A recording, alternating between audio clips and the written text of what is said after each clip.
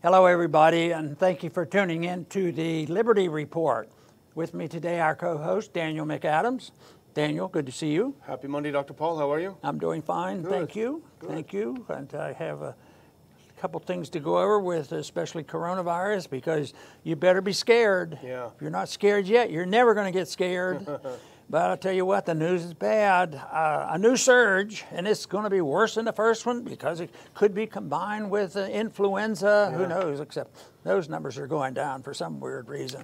But then, you know, I watch the regular news with a lot of pain and suffering, but I have to know what the enemy's thinking. And believe me, I hear a lot of nonsense over there. And right now it's the fear, but it's been going on for several weeks now where it's been amplified, and it was especially noticeable the other day when they were having the debate. And this was the big issue, is to show that some people actually used the word murder because Trump won't lock down everybody in the world. But anyway, this is a big issue, but I think it's mostly political. It's a new surge coming, and it's going to be very, very bad. But we've been presenting evidence. If people had been looking at our program, yes, they probably wouldn't be terrified, but they would recognize that there's some dangers out there, and common sense might take care of it, and maybe we'd concentrate on the people who are sick, but not the kids who aren't sick, and changing all kinds of things. But we hear that constantly. The definitions are confusing, what a case is, and what a real illness is and an infection. A lot of confusion there.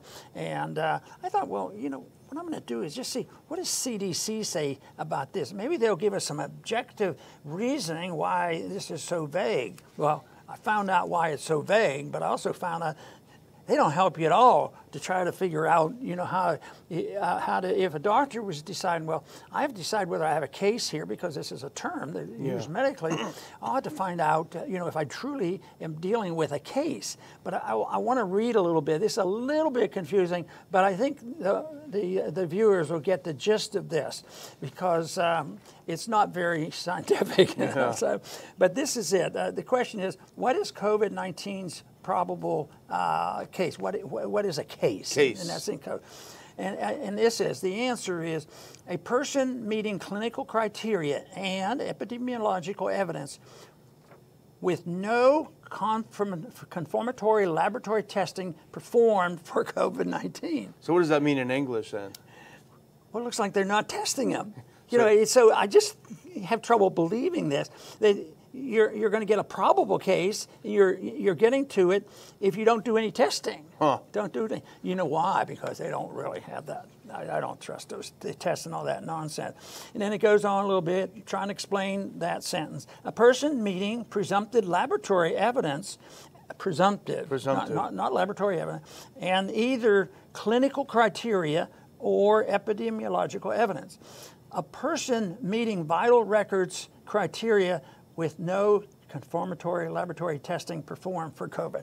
It's almost, you get nothing and you can still do it, but that's exactly what they've been doing. That's why there's an epidemic of reporting, and of course, epidemic of testing. Cases. And the more I look into that, the more confusing that whole thing is about testing and the real confirmation. It's not like other viruses where they can actually see them and culture them and grow them in tissue, and they haven't been able to do that. So people have been fudged a whole lot. So I think this whole thing is manufactured, but now all of a sudden you hear out there, without ever having any definition, they use whatever definition they want, that there's a tremendous surge in cases. And in our understanding is you could have, a surge in cases, because a case is one that is supposedly has a positive test, but not sick. Doesn't see the doctor, doesn't go to the emergency room, is never hospitalized, and they call that. So the case doesn't mean that there's somebody really sick. And of course, what we've emphasized is how many people went to the hospital, how many people were critical, how many people might have died from it. And all of a sudden, it's gone. And I think that's where the evidence supports our position, because I think some of the statistics and some of the charts shows that, things aren't quite as bad. I'm delighted about Florida looking into this whole matter and trying to get a better definition of and the data that they're collecting, which they've conditioned hospitals and doctors to report erroneously, what's going on. And what you were reading was from the CDC's own website, right? But you mentioned something before we started about the different criteria. You only have to meet 2 things in one section, and so if you don't have a test, but you feel something, it could be a case. Okay, here, I think that's important too. In the absence of a more likely diagnosis, you're a little bit confused, they're going to help you out. So they have a long list here and another long list. But the first list is at least 2 of the following symptoms you have to be present.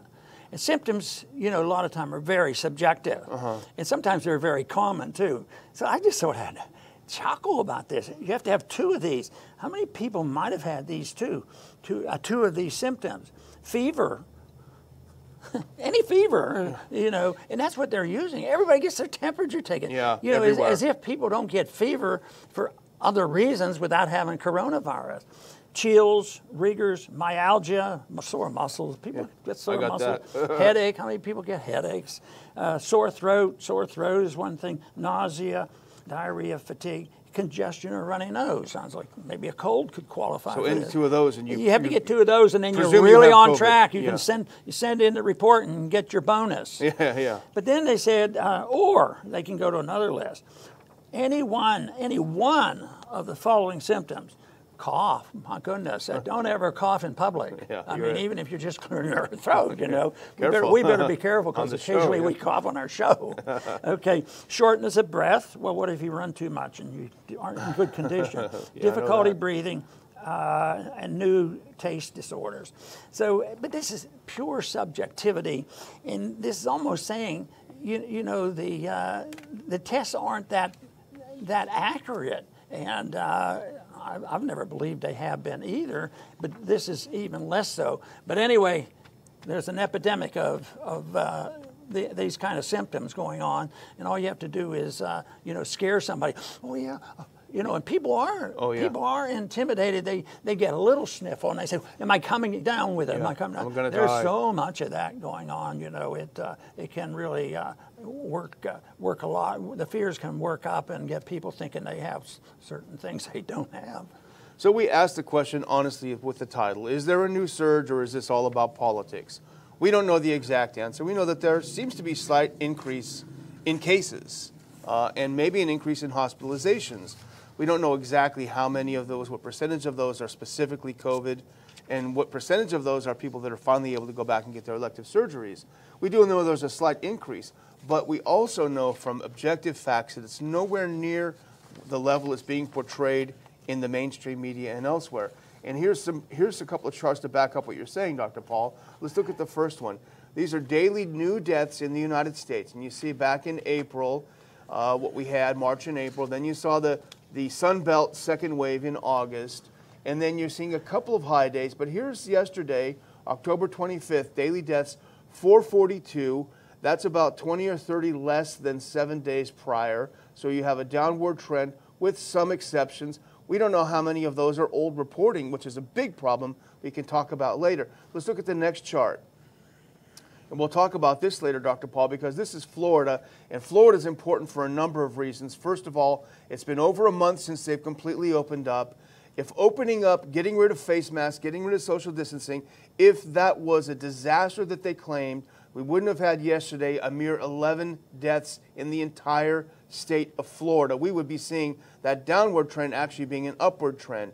So that is very important. And now the final chart here, this is an interesting thing that we can talk about. This is from the Swedish Health Authority, the State Authority of Statistics. September of 2020 was the least deadly month ever per capita in Sweden, and the year 2020 was the third least deadly per capita year ever for the country of Sweden, a country that did not shut down, did not mandate face masks. So there's a real discrepancy in what they're claiming and what we're seeing in stats. I want to ask you, but I think I know the answer. How often do you see those charts that we put up showing, well, there was something going on there, positive, people got sick and they had problems, they were in the hospital, but it went down like this. But how often have we ever seen a chart on television, or even a question of maybe this is not quite as bad as they say, because their motives are, reimbursement, their motives are political and this sort of thing. But I saw one headline dealing with Sweden, I think caught my attention, and it says, Sweden refuses to impose new lockdown measures, saying people have suffered enough. Yeah. That really summarizes it. And there's more and more people in this country, too, are beginning to feel the same way about it. But overreacting and getting people to give up their fears is not easy. This takes a little time and reassurance, but the government's doing their very best to lose credibility. So I think we're on our way, because they aren't very credible when the people see the information. And the charts we put up are charts from extremely mainstream. This is Worldometer is the standard that's being used. This is not some kooky conspiracy site. The difference is we put up charts that we think are important criteria to measure the deadliness, the seriousness of the COVID-19. We put up deaths, we put up hospitalizations, we put up ICU beds taken up by COVID patients. They'll only put up the cases, which are going like this because they're doing tons of testing. We know the PCR test is notoriously inaccurate. So many false positives. Even the New York Times said possibly 90% false positive. These are mainstream outlets saying these things. So you can lie. Remember that picture with Microsoft, Bill Gates? He had a book on his shelf, How to Lie with Statistics. Well, that's what they're doing. A lot of that. Yeah, this whole thing is based on so many lies. But here's one that I don't know. They're fibbing here, because when I read this one, I thought, the first time I came across an Onion article years ago, I didn't know much about Onion, and I asked somebody, this can't be true, this can't be true. Oh, that's Onion. They do this thing. They fib a little bit. Yeah. So I didn't have to go through that, decision, but I did wonder about Onion. So this is one that comes out of Puerto Rico. To save people from COVID, Puerto Rico shuts down 9/11 call centers. No. How are they going to save lives that way, whether it's for sickness or whatever else, And it sort of goes along with it fits the theme that more people have died from the lockdown than they have from the mysterious COVID virus. And this is something the people are fed into, and they don't ask questions. But I tell you what, I think there's better be a shift in attitude. That's why, if anything else, there's a lot of politics going on, but we don't have any magic with one party over the other solving all the libertarian issues that we have. But it still would be good not to see the fearmongers on COVID win an overwhelming victory, because I think at least there is a difference on that. But that would be a real shame, and who knows? And then you go back. How will you? Let's say the pro-lockdown people win the election. Then the question is it an honest election? Then you don't even know, what they've done, because they've been known to cheat. Yeah, they have been known to cheat. Well, so our conclusion is we're not sure, but we're not seeing what they claim. We're not seeing an April level surge. We're seeing some increases, and we're not quite sure why. They're not massive. But the real question is this surge in reporting about surges having to do with something that's going to happen a week from tomorrow, which is the presidential election? And I think it was made particularly clear, and we've talked about this before, in the debate last week. The battle lines are drawn. Trump says, I want to open this country up. We're going to get over this virus. We've got to learn to deal with it. I've got Scott Atlas in here advising me. And Biden says nationwide mask mandate and nationwide lockdown. So let's look at the people who are around this issue, who still have some credibility in the mainstream media, and what they're saying. This is an op-ed that came out today in the Wall Street Journal. Let's look at that next clip. This is a tweet from a guy we've talked about a lot, Dr. Paul, Scott Gottlieb. He was the head of the FDA until about a year ago. He quit his job, and then he immediately got on at least 7 company boards of healthcare and big pharma corporations. He jettisoned his measly $300,000 salary and now makes multi-millions of dollars a year pushing vaccines, pushing face masks, pushing all this stuff. Here's what he put out. New Wall Street Journal op-ed, it's time we pursue a national mask mandate. Identical to what Biden said. We're dangerously behind the curve in confronting rising COVID spread across the U.S. We need to maximize steps that are less intrusive now so we can minimize those that are more disruptive later. And of course, deceptively, they have children in the picture who don't get COVID. We know that for a fact. Actually die more from the flu this past year than COVID. And let's look at the next one. This is just the second one, Dr. Paul, when you want to talk about politicization. The recently spurned Dr. Fauci, right? He was put down by Trump. He comes out with something. If people won't wear the masks, maybe they should be mandated. Again, identical to what Biden's saying, diametrically opposed to what President Trump is saying. So the question, is this political? I think we cannot discount that possibility. So Fauci's identifying himself. People who mandate things are authoritarians. Yeah. His answer is authoritarianism, as long as he's the authoritarian to issue the rules.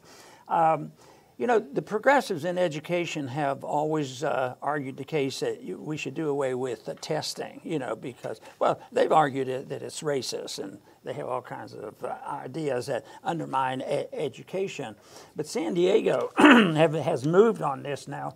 San Diego School District abolishes grades to combat racism, but it's really in the atmosphere of coronavirus. You know, because people haven't, you know, some of the kids are at a disadvantage. You know, they don't have a computer at home, or maybe they can't handle it, you know, and maybe they can't travel. You know, who knows what it is, that the grades are, you know, distorted. But this is just taking advantage. They see that, well, we didn't like grades anyway, and it's all about racism, and this is the way you solve the problems, is you get rid of testing. I predict it won't solve the problem. No, it's terrible, and these kids are at a disadvantage. First of all, being poor, a lot of the minority communities are, you know, below the poverty line, and here they're just making it worse for them. But here's a little bit of bright light in a way, because we're having all of these reported doom and glooms, but we have a tweet from Scott Atlas, who we talk about over and over because he's doing a lot of good things and he's injecting some sanity into the world. Let's look at this next tweet, because for all of what they say, we're going to have to scroll down to this, but here's what he says in his tweet. And more reality. Yes, cases, some hospitalizations, increase in areas without priors, predicted and obvious. But nationally, the COVID illness trend remains low, using the percent of total ER visits, latest available. And why does the facts-based optimism evoke hate and anger? And here's this chart. COVID illnesses to emergency rooms USA, nationally as percentage of ER visits. You see in that in the 11th and 12th and 13th week of the year, you see in that spike. You're seeing that Sunbelt spike in the 28th, 29th week of the year, and you're seeing a slight increase as of a couple of weeks ago, and now you're seeing it tapering off. So these are important metrics. These are not the scaremongering, oh my gosh, the cases are increasing. New record cases. These are people that are actually getting sick, which in any sane world is how you'd measure the severity of an illness. Right. But they don't listen. They don't listen. You know, I mentioned, I think, briefly in my opening statement about Florida. I want to talk a second more about that because DeSantis, the governor there, is the one that opened up Florida. And I thought it was so great to see kids actually allowed to go to the beach, you know, this sort of thing. And so far, he hasn't suffered any consequence from that. We see the chart, Yeah. Now he comes, here's one, Florida to investigate all COVID-19 deaths after questions about the integrity of the data. See, that is a big issue. Not only are they checking about the deaths, but the integrity of the data. That's the whole thing, because as long as people roll over and say, well, we heard it on TV, there's a second wave and it's worse than ever and people are dying like flies, you know, we can't win. But this is why he deserves a lot of credit, and so far so good for him, because he, you know, and once again, this is, since it's been turned into, you know, it's not a health health issue, and it's been turned into a political issue. So it would be great to see that Florida, buys into the argument of the governor. Even though the governor had strong beliefs, he still had to take some political risks on this, because there's a lot of opposition and they're making a lot of noise. And they say Florida is a swing state. But anyway, I think it's great that he's doing this, and I think the fact that he's touching on the whole issue, the integrity of the data, is very important. It is important, and what happened, the whole origin, first of all, he has a stake in it. DeSantis has a stake in it. He wants to know what's behind the reporting. If there's a spike in deaths that day, he's staking a lot of his reputation and career on it. So it's a personal thing. No, there's no question about it. He's taking big risks, as does our friend, the governor of South Dakota, taking big political and personal risks. So he has a stake in figuring out. So the origin of this is, for example, they looked at 95 reported deaths last Tuesday. This is what sparked the investigation. 95 deaths reported last Tuesday. Sounds pretty bad, but then they looked into it a little bit. 16 of those deaths occurred more than 2 months after a positive test. 11 of those died more than a month ago, yet they're somehow counted that day as deaths. More than a month ago would be before they opened up. And then 5 of those deaths included, there was a 3-month gap between the infection and the death rate. So they're looking into this saying, what is going on here? Why is the reporting seem so inaccurate? Why can't we trust anything? And of course, it has, as you say, become political because the Democrats in the Florida legislature said, any investigation into these numbers are an insult to coronavirus victims and an attempt to downplay the death toll. They don't want to know the truth. Right. They prefer the narrative. This whole issue on the mask, it bothers me so much to see so many people wearing them and feeling like they're great patriots, or the kids wearing them, which I think is totally unnecessary. And now there was it's been out before, and I believe that we've talked about it a little bit, is that a mask actually is very damaging. It's damaging to skin, to the mouth, and somebody's done a recent article to show that some of the retentions in these masks are carcinogenic, that they can, lead to cancer if people use these forever, but they are an irritant. I can't believe there are many dermatologists that say, oh, it's great, won't hurt anything, but it's so bizarre that people go along with it. Because I see it not only as bad medicine and bad politics, I really see it an attack on liberty, because this to me is a symbol of submission. Submission is exactly what is necessary, for the loss of liberty. You submit to another authority, and I don't think our original authority, was submitting to the powerful state. The Constitution was meant to reduce that power, and that the responsibility would go on to the individuals and to the family or local people. So this is to me, the mask is a symbol of submission, and it's always good when I hear a story from you say, guess what? I was in so-and-so store, and hardly anybody had a mask on. So I think it's moving, but not fast enough for us. Well, it's submission and it's oppression. I was in Tractor Supply getting some duck food for my daughter, long story, over the weekend, and I went there with my son. And they had the mask, and they saw us with the mask off and no one else in the store, and he took it down, and we talked to the poor guy. He says, oh gosh, I hate this. I need this job, but I can't stand wearing this. Whenever I look around and no one's around, I pull it down to get a breath of air. And so I feel terrible for these people. They have to have a job. They're trying to make a living, and they're literally in agony from being forced by the cruel bosses and politicians into wearing these things. All in the name of protecting people, taking care of them in good health, and stopping the virus and all the nonsense. And the real tragedy is the number of people who are deluded into believing this stuff, and it's tremendous. But it has, first you have to have the fear. And they're good at developing the fear. If you don't do it, you're going to die. And yet all of a sudden you come up with the charts now, and the odds of having a death, even now when it's settled down, and the whole population is just barely 99% get better. Yeah. And it's even higher for some groups. Yeah. So And I think that people that have taken our position, or we've taken their position, that have advised very clearly that some people are more vulnerable, and that is why we should concentrate on them, the people in the nursing home. One good thing, I'm always looking for something good to come out. Maybe one good thing would come out of this, that we would have better health habits in nursing homes. Yes. And some of that was probably out of ignorance and who knows what else. But I just think that it's cruel. But then the real cruelty has been in recent months, where some of the elderly are sort of locked in there, and people can't go in. You can't take them out. They were put in prison, and that's where the highest death rate was. And they were doing this all for the people. The governor of New York told us this is for the people. We're going to take care of it. What a disgusting thing. Yeah, terrible, terrible.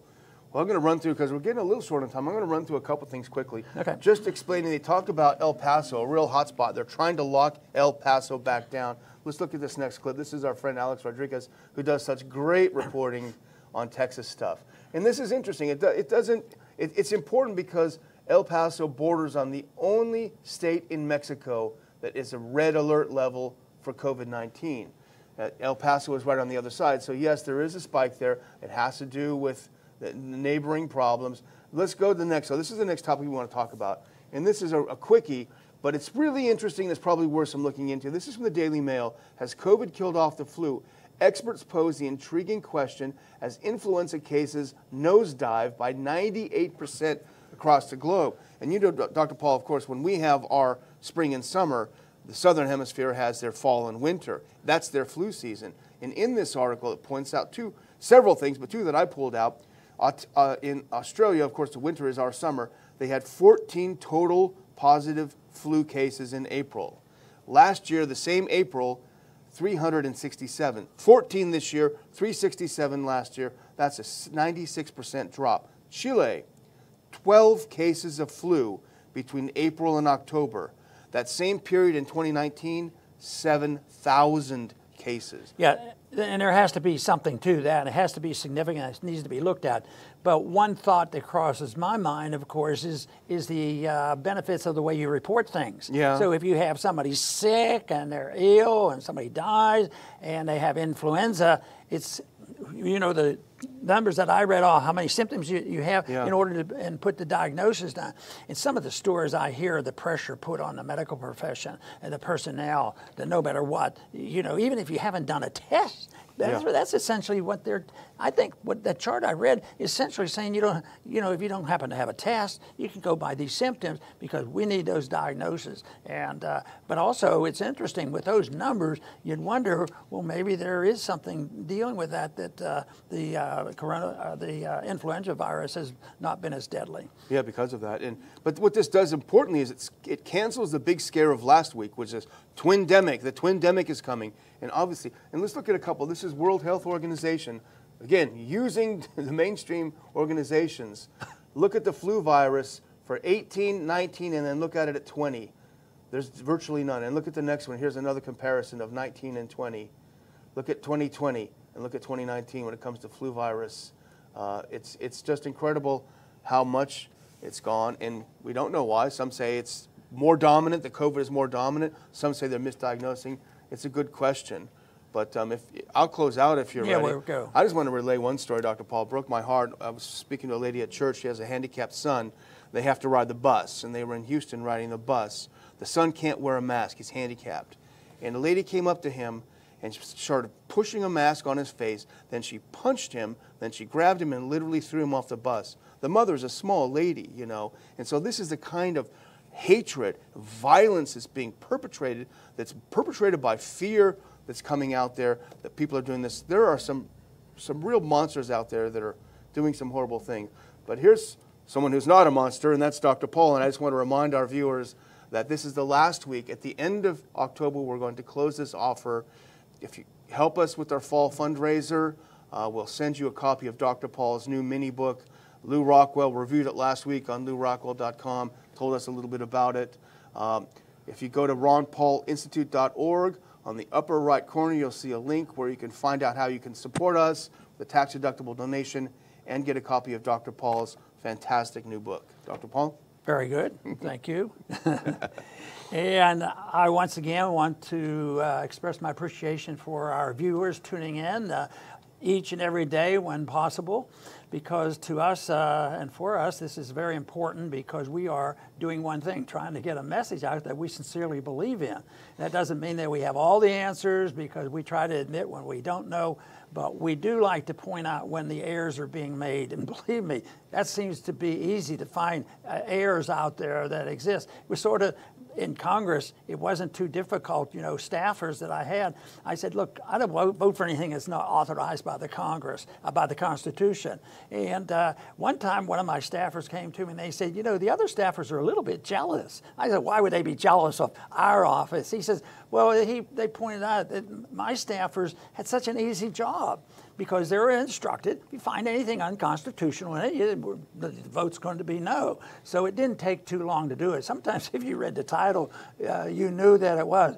But the other staffers, they would read these things, and they had to deal with, you know, 20 lobbyists. On the one hand, they want it. On the other hand, this group doesn't want it. And then it was back and forth. And then if you were dealing with something like coronavirus, you said, well, what drug company wants this? What drug company doesn't want it? And, you know, early on when I first went to Congress, you know, I was walking in, and you don't have all the information immediately, but you walk in and you start asking questions. And I was new, and one of the older members said, oh, that's not a problem. If you haven't fully studied this, just go up to where you vote. There's a pad up there, and they'll have a list of the lobbyists that support it and a list of the lobbyists that are opposed to it. Then you know what to vote. And I felt, this is pretty disgusting. But there were other things that were disgusting as well of that. But what wasn't disgusting were the people I met and the support we got over the years, and people talking about, you know, limited government and the Federal Reserve, and, you know, getting government out of medicine and all these things. So there's a lot of people that we have met over the years that will support the positions that we have taken, and that's what our goal now is with the Liberty Report, is to reach as many people as possible. And for that reason, we want to give our sincere thanks to you who have tuned in to hear our program. And I want to just urge you to come back soon to the Liberty Report.